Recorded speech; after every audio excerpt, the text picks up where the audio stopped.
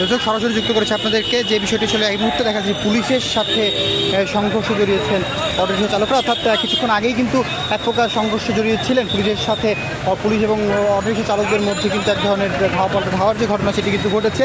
এবার আবারও কিন্তু ছিল এই ধাওয়া পাল্টা ধাওয়া কিন্তু হচ্ছে, এবং কারণ মূলত এখানে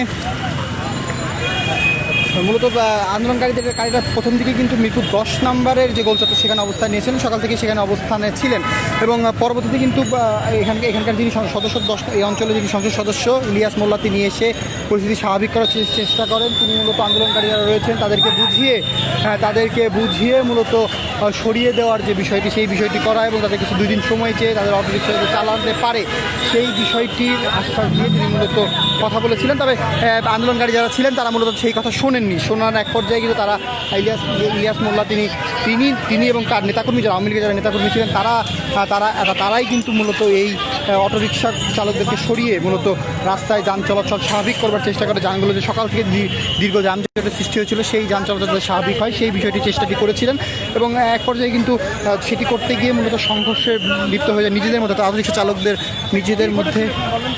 আর আমরা আইতেছি আস্তে আস্তে এই জায়গায় মানে জাম, রাস্তা বন্ধ, অটো ড্রাইভার ওই দিক থেকে আইতেছে, এই যে সব গাড়ি 1 ফুট লাগা সিরিয়ালে যাত্রী এগুলো হাত টুট কাটা গেছে, এই যে গালা মানে গেলার ছিটকে যাত্রীর চোখে মানে কাটা গেছে সব গাড়ি, এই পাশে যত গাড়ি আছে সব। আমার গাড়ি হেড গ্লাসে বাড়ি দিয়েছি, আমি একজনের জাপ কাটে দিয়েছি, তারপরে ছাড়ে না, উল্টা আমারও একটা বাড়ি স্টার্টিং অবস্থায় এমনভাবে ব্লক মারছে ওরা, ওস্তাদ স্টার্টিংয়ে আছে ব্লক মারছে, ওস্তাদের গায়ে যেয়ে পড়ছে, পেটে পড়ছে ব্লক, ওরা দুজনে মিলে আগে মারছে ব্লক। ড্রাইভার স্টার্টিংয়ে তার কি অবস্থা, চালকের কি অবস্থা? চালকের শোয়ে রাখছি ভিতরে, গাড়ির ভিতরে পিছনে, ওরা তো এখানে আবার মারতেছে এই জন্য। দর্শক যে বিষয়টা চলে গেছে এখানে কিন্তু গাড়িতে পিকেটিংয়ের ঘটনা ঘটেছে, গাড়ি ভাঙচুরের ঘটনাও ঘটিয়েছেন যারা অটোরিকশা চালক রয়েছেন তারা মূলত আসলে ওই জায়গাটিতে থাকতে না পেরে তাদের রাস্তা ছেড়ে দেওয়া, তাদের আন্দোলন দাবি না মানা সেই বিষয়গুলোর জন্যই মূলত তাদের এই ক্ষোভের জায়গা থেকে তারা মূলত রাস্তাতে যে গাড়িগুলো ছিল তাদের বিআরটিসির 2টি বাস, সেই 2টি বাস মূলত ভেঙে দিয়েছেন। এবং এছাড়াও কিন্তু আসলে এই মুহূর্তে দেখা যাচ্ছে যে তারা বিভিন্ন স্ট্র্যাটেজি চেঞ্জ করে তারা মিরপুর 1 সহ মিরপুর 11 সেই সকল সড়কের সামনে কিছু দূর গিয়ে কিন্তু তারা অবস্থান নিয়েছিলেন এবং ভাঙচুর করেছেন, রাস্তা বন্ধ করে দিয়েছেন। পুলিশ কিন্তু তাদেরকে আসলে খুঁজতেই মূলত এক প্রকার পুলিশের সাথে এক প্রকার ধাওয়ার যে ঘটনা সেটি কিন্তু ঘটছে, এবং পুলিশ কিন্তু এসে মূলত পরিবেশ স্বাভাবিক করার চেষ্টা, অর্থাৎ কোন রাস্তাগুলো বন্ধ করে রেখেছে সেই রাস্তাগুলোকে ছেড়ে দিয়ে গাড়ি চলাচল স্বাভাবিক করে দেওয়া, সেই বিষয়গুলোর কাজ কিন্তু এই মুহূর্তে চলছে। এবং এক প্রকার কিন্তু দেখা যাচ্ছে যে পুলিশ আসলে যখনই আসছে তখনই কিন্তু আসলে আন্দোলনকারীরা পুলিশদের উপস্থিতিতে আইনশৃঙ্খলা বাহিনীর উপস্থিতি টের পেয়ে তারা মূলত সরে যাচ্ছেন। এবং এখানে কিন্তু আসলে যে বিষয়টি দেখা যাচ্ছে যে মিরপুর অর্থাৎ মতিঝিল থেকে মিরপুর 10 গামী যে বাস বিআরটিসি দোতলা বাস, সেই দোতলা বাসগুলো কিন্তু ভাঙচুর করা হয়েছে, ভেঙে গ্লাসগুলো ভাঙচুর করে দেওয়া হয়েছে। এছাড়াও এখানকার জেনারেল হেল্পার তারা বলছিলেন যে চালকের ওপরে বড় ব্লক মেরেছে, চালকের বুকের উপরে এসে পড়ে, চালক অসুস্থ অবস্থায় এই মুহূর্তে বাসের মধ্যেই চিকিৎসাহীন অবস্থায় প্রকাশ শুয়ে রয়েছে, এমনটিও কিন্তু এখানকার যারা চালক রয়েছেন বা যারা আসলে এই বাসের কর্মী রয়েছেন তারা বলছিলেন। এবং এছাড়াও কিন্তু আসলে শুধু বিআরটিসি নয়, বিআরটিসি বাদেও আলিফ পরিবহনের একটি বাস এবং বিভিন্ন বাসেই কিন্তু আসলে ভাঙচুরের যে ঘটনা সেই ঘটনাটি অটোরিকশা চালক যারা রয়েছেন তারা মূলত করেছেন।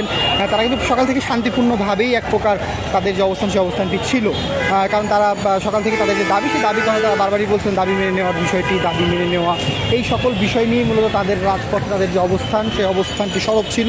তবে যেমনটি আসলে বলা চলে যে দুপুর অর্থাৎ 2:30টার পরপরই যখনই আসলে দুঃখিত ইলিয়াস মোল্লা এই এখানকার সংসদ সদস্য তিনি যখন এসে তার নেতাকর্মীদেরকে নিয়ে তিনি মূলত অটোরিকশা চালকের সাথে কথা বলে তাদেরকে বোঝানোর চেষ্টা করেছেন। এক পর্যায়ে অটোরিকশা চালকদের একটি গ্রুপ এই বিষয়টি বুঝে তারা আসলে তাদেরকে সময় দিতেও চেয়েছেন, 2 দিন সময়ের মধ্যে যদি কোনো কিছু না হয় সেক্ষেত্রে তারা আবার আসবেন, এমনটিও কিন্তু আসলে শোনা যাচ্ছিল। তবে যেমনটা আসলে ঘটেছে যে এই বিষয়টি কিন্তু দুইটি গ্রুপ, অর্থাৎ একটি গ্রুপ তারা মেনে নিয়েছেন 2 দিন সময় দিবেন, আর একটি গ্রুপ তারা সময় দিতে দিতে চাননি। এমন একটি অবস্থার মধ্যেই কিন্তু ইলিয়াস মোল্লার সামনেই মূলত অটোরিকশা যারা চালক রয়েছেন তাদের মধ্যে সংঘর্ষ হয় এবং এই পরিস্থিতিতে কিন্তু ইলিয়াস মোল্লা যিনি এখানে সংসদ সদস্য তিনি এই হামলার মধ্যে পড়ে যায়। এই সংঘর্ষের মধ্যে তিনি কিন্তু জড়িয়ে নয়, তিনি এই সংঘর্ষের মধ্যে আসলে পড়ে যান এবং এক পর্যায়ে তাকে আসলে সেভ করা সহ পরিস্থিতি স্বাভাবিক করতে পুলিশ লাঠিচার্জ করে। পুলিশের সাথে যারা আন্দোলনকারী অটোরিকশা চালক রয়েছে তাদের সাথে ধাওয়া পাল্টা ধাওয়া সহ লাঠিচার্জ তাদের উপরে করা হয়। তারা ইট পাটকেল ছুঁড়ে মারেন বিভিন্ন জায়গা থেকে। তেমন একটি প্রেক্ষাপট আসলে পরিবেশটি স্বাভাবিক করতে মূলত পুলিশের ফোর্সগুলো তারা ভাগ হয়ে রাস্তার চারপাশেই তারা আসলে চলে গিয়ে পরিস্থিতি স্বাভাবিক করার চেষ্টা করে এবং আন্দোলনকারী যারা ছিলেন তাদেরকে ছত্রভঙ্গ করে দেওয়ার এক ধরনের প্রয়াস তারা চালান এবং সেটি সক্ষম হন। কিন্তু তারপরেও কিন্তু আসলে আন্দোলনকারীরা বিভিন্ন জায়গা থেকে অর্থাৎ মিরপুর 10 থেকে সরে গিয়ে 1 নম্বরের যে মিরপুর 1 নম্বরের যে থানা রয়েছে স্টেডিয়ামের সামনে পর্যন্ত সামনে কিন্তু এসে তারা আবার সড়ক অবরোধ করে দেয়। বিআরটিসির গাড়ি সহ বিভিন্ন বেসরকারি পরিবহনগুলোর গাড়িতে ভাঙচুর চালায় এবং এক পর্যায়ে কিন্তু পুলিশ আবারও কিন্তু এখানে এসে মূলত সেই রাস্তাগুলোকে পরিষ্কার করে দেওয়া, গাড়িগুলোকে সরিয়ে দিয়ে মূলত পরিস্থিতি স্বাভাবিক করার চেষ্টা করে এবং এই পুলিশের উপস্থিতি অর্থাৎ রাস্তা পুলিশ যখন হেঁটে যাচ্ছে পুলিশের বাঁশির শব্দ, পুলিশের উপস্থিতি টের পেয়ে আন্দোলনকারীরা দৌড়ে পলাচ্ছিলেন এমনটিও কিন্তু আসলে দেখা গিয়েছে, আমরা দেখানোর চেষ্টা করেছি। এবং পুলিশের সাথে যে পুলিশ আসলে আইনশৃঙ্খলা বাহিনীর সদস্য যারা রয়েছেন তারা মূলত পরিস্থিতি নিয়ন্ত্রণ করার জন্য পরিস্থিতি স্বাভাবিক করার জন্য মূলত এটি করছেন। এবং তো একটু তথ্য দিয়ে রাখি, এর আগে যে প্রেক্ষাপট থেকে আসলে আন্দোলনটি শুরু হয় মূলত 15ই মে সড়ক পরিবহন ও সেতুমন্ত্রী ওবায়দুল কাদের নির্দেশ দেন রাজধানীতে কোনো অটোরিকশা চলবে না, অর্থাৎ ইঞ্জিন চালিত কোনো অটোরিকশা ব্যাটারি চালিত কোনো অটোরিকশা সেটি চলবে না এমনটি আদেশ দেন। এবং তার পরপরই কিন্তু সড়ক অধিদপ্তরের পক্ষ থেকে, মন্ত্রণালয়ের পক্ষ থেকে এছাড়াও যে আইনশৃঙ্খলা বাহিনীর ট্রাফিক বিভাগ রয়েছে সকলের পক্ষ থেকে আসলে একটি নোটিশ জারি করা হয়। সেই বিষয়গুলোর প্রেক্ষিতেই কিন্তু মূলত গত 3-4 দিন ধরে অটোরিকশা রাজধানীতে বন্ধ রাখা হয়েছে, ব্যাটারি চালিত অটোরিকশা চলছে না। তো সেই প্রেক্ষাপটে মূলত তাদের আসলে যে অটোরিকশা চালক যারা রয়েছেন অর্থাৎ এই মুহূর্তে পায়ের ঢালা রিক্সা থেকে রাজধানীতে কিন্তু অটোরিকশার সংখ্যাটাই বেশি দেখা যায় বিভিন্ন জায়গাতে, বিভিন্ন মহল্লাতে। তো তেমন একটি প্রেক্ষাপটে অটোরিকশা যারা চালাচ্ছিলেন তারা মূলত তারা এক প্রকার তাদের জায়গা থেকে তারা আসলে অনিশ্চয়তার জীবনে চলে যান এবং তারা আসলে তাদের জীবনটা অতিবাহিত করতে আসলে তাদের যে জীবিকা সেই জীবিকাটি থমকে যায়। সুতরাং তেমন একটি প্রেক্ষাপটে মূলত তারা আজকে সকাল 10টা থেকে মিরপুর 10 নম্বরে তারা তাদের আন্দোলন শুরু করে। মূলত আন্দোলনটি শুরু হয়েছে সকাল, আমরা যতটুকু জানতে পেরেছি আন্দোলনটি শুরু হয়েছিল আগারগাঁয়ের তালতলা থেকে। তারপর মূলত তারা 10 নম্বরে সকলে অর্থাৎ যারা এই অটোরিকশা চালক রয়েছেন অটোরিকশা চালকদের সকলে মূলত 10 নম্বরে এসে তারা অবস্থান নিয়ে মূলত সকাল থেকে আন্দোলনটি শুরু করে এবং এক প্রকার শান্তিপূর্ণভাবেই তারা সড়ক বন্ধ করে দিয়ে বুঝিয়ে তারা আন্দোলনটি করছিলেন। তাদের দাবি না হওয়া পর্যন্ত তারা ছাড়বেন না। পরে হচ্ছে আপনার যেমনটি আসলে আমরা দেখতে পাই সেটি হচ্ছে যে মিরপুর আড়াইটার দিকে কিন্তু এই অঞ্চলের যিনি সংসদ সদস্য ইলিয়াস মোল্লা তিনি আসেন, এসে আন্দোলনকারীদের সাথে তিনি এসে মূলত কথা বলবার চেষ্টা করেন আন্দোলনকারীদের সাথে কথা বলে পরিস্থিতি স্বাভাবিক করার চেষ্টা করেন। রাস্তার যে অবরোধ সে অবরোধ তুলে নেওয়ার কথা বলে, কিন্তু এক পর্যায়ে কিন্তু যারা আন্দোলনকারী রয়েছে আন্দোলনকারীর একটি গ্রুপ মেনে নিল, অপর একটি গ্রুপ তারা মানেন না এবং তারা নিজেদের মধ্যে সংঘর্ষযুক্ত হয়। সেই সংঘর্ষযুক্ত হওয়ার পর থেকেই মূলত এখানে পুলিশ একটি অ্যাকশনে যান, কারণ পুলিশ সকাল থেকেই পুলিশ অবস্থান নিয়ে গিয়ে সকল ধরনের প্রস্তুতি নিয়ে রেখেছিল যাতে কোনো ধরনের অপ্রীতিকর ঘটনা ঘটলে তারা অ্যাকশন নিতে পারেন বা তারা এই পরিস্থিতি স্বাভাবিক করতে পারেন। সেই বিষয়টি যেহেতু প্রস্তুতি ছিল, এই মুহূর্তে টিএমপির সামনে আসলে সংঘর্ষযুক্ত হওয়ার যে ঘটনা সেটি ঘটে।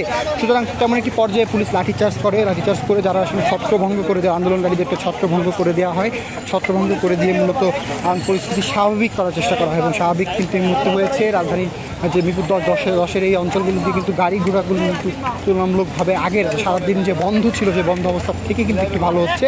তবে গাড়িগুলো নিয়ে যখন এগিয়ে যাচ্ছে, যখনই পুলিশ একটি স্পট বন্ধ করে দিচ্ছে, ওই স্পট থেকে পুলিশ নিজেদের নিয়ন্ত্রণে এনে যখন ছেড়ে দিচ্ছে, তারপরে আরেকটি স্পটে কিন্তু গাড়ি ভাঙচুরের ঘটনা ঘটছে। সুতরাং তেমন একটি ঘটনাতে কিন্তু আমরা এই মুহূর্তে দেখানোর চেষ্টা করেছি আপনাদেরকে। আমরা মিরপুর 10 থেকে একদম মিরপুর 6 নম্বর অর্থাৎ 2 নম্বর পর্যন্ত কিন্তু আমরা প্রাথমিক শিক্ষা অধিদপ্তরের বা মিরপুর থানার সামনে পর্যন্ত কিন্তু আমরা গিয়েছি। সেই পর্যন্ত কিন্তু আমরা দেখানোর চেষ্টা করছি। সেখানেও কিন্তু আসলে একই ঘটনা ঘটেছে। মিরপুর 10 থেকে যে গাড়িগুলো ছেড়ে দিয়েছে বা 1 নম্বর থেকে যে গাড়িগুলো এসেছে সেই গাড়িগুলোকে ভেঙে দেওয়া হয়েছে। তারা যত ভেঙে আগাচ্ছে তারা ভেঙে দিচ্ছে, এমনটি কিন্তু আসলে দেখানোর চেষ্টা করেছে। এবং এই মুহূর্তে কিন্তু যেমনটি বলা ছিল, ওইখানে যারা ছিলেন, যারা আন্দোলনকারী যারা ছিলেন তাদেরকে সরিয়ে দেওয়ার যে বিষয়টি, সেই বিষয়টি মূলত হয়েছে এবং আন্দোলনকারীদেরকে সরিয়ে দেওয়া হয়েছে। প্রিয় দর্শক,